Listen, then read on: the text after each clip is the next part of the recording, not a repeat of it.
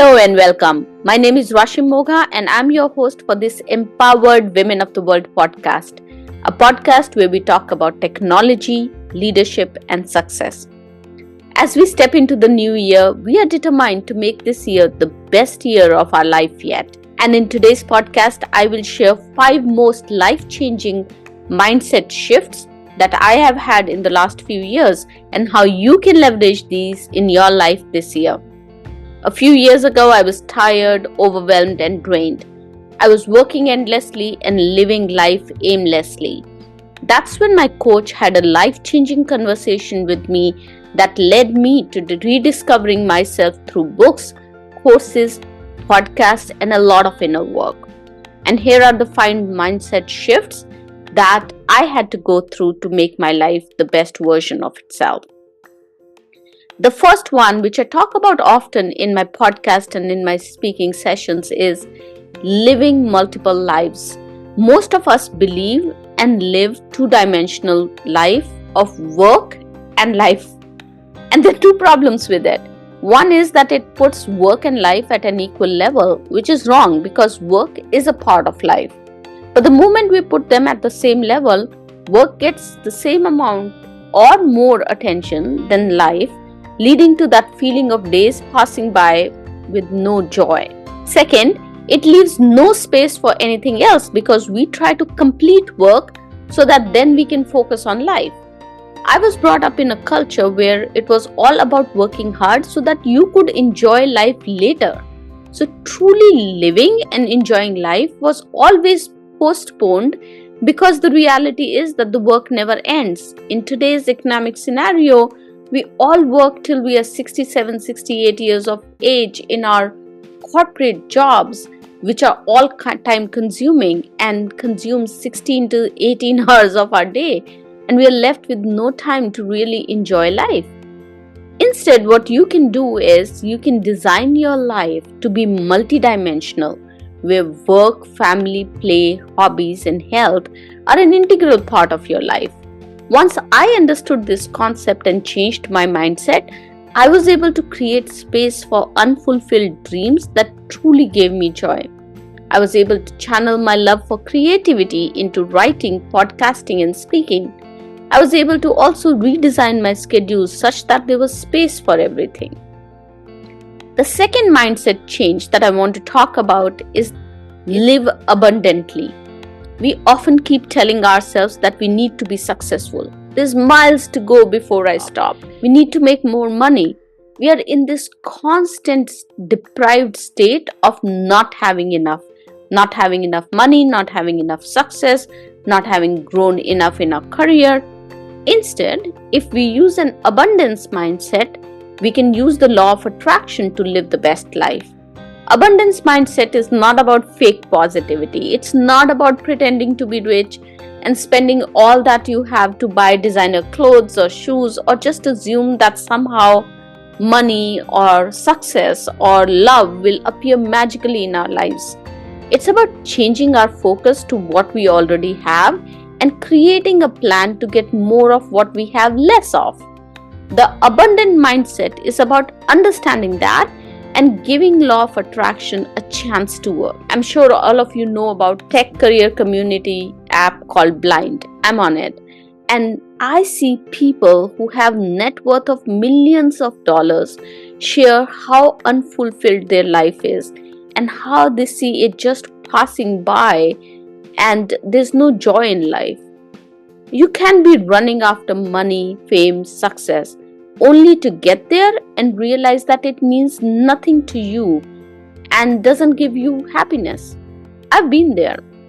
When I realized the concept of living abundantly, I calculated how much money I needed for financial freedom. And then I created strategies to get there. The important thing to realize here is that there is only a certain amount of money that you need to live comfortably. I created an investment strategy and multiple streams of income to get there. And that's because I did not want to be in an all-consuming corporate job till the end of my life. I wanted to lead a fulfilling multidimensional life.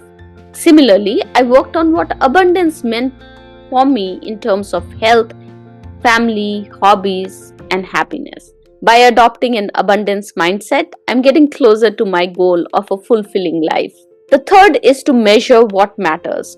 My work in the corporate environment requires me to take a data-driven approach, and that habit has also influenced other parts of my life. So I used to measure everything. How many awards was I winning?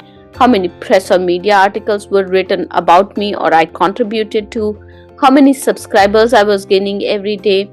And in this desire to constantly measure, I felt overwhelmed. I missed the bigger picture of aligning these to my success. I realized that I was chasing things that really didn't contribute to my success or the impact that I wanted to make. So I changed my mindset to measuring what matters. With this mindset shift, I was able to focus on things that really mattered and drove impact for me.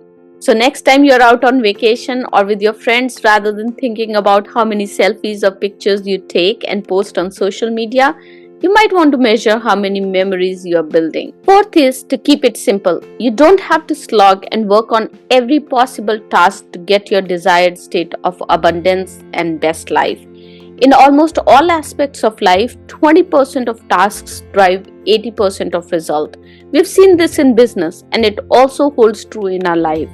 So if you understand which 20% of your tasks will get you where you want to be, you're already ahead of the game. Most of us overcomplicate things. Our task lists every day are huge.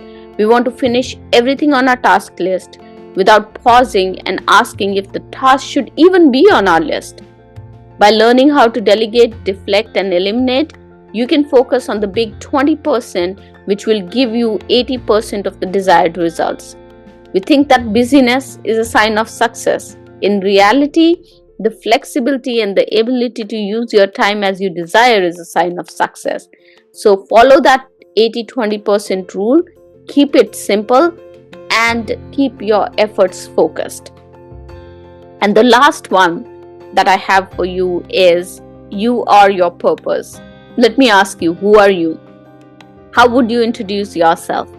I used to introduce myself as, hi, I'm a project manager at NIT or a senior vice president at Skillsoft. And very soon I realized that my identity was anchored in temporary things that could be taken away from me. Titles, companies, awards, and fame that created fake sense of importance and security. Your identity should be yours, something that cannot be taken away from you, something that matters to you. And that's why defining your purpose becomes important. When you tie your identity to your purpose, no one can take it away from you. My purpose in life is to empower leaders to discover, visualize, and actualize their success and help make this world an equitable world. Everything that I do is centered around this purpose. No one can take this purpose away from me.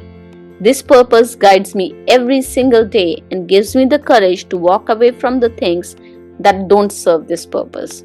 These mindset shifts have helped me grow immensely in the last couple of years. These are my lessons learned. They've helped me find purpose in my life, and now I wake up excited every day.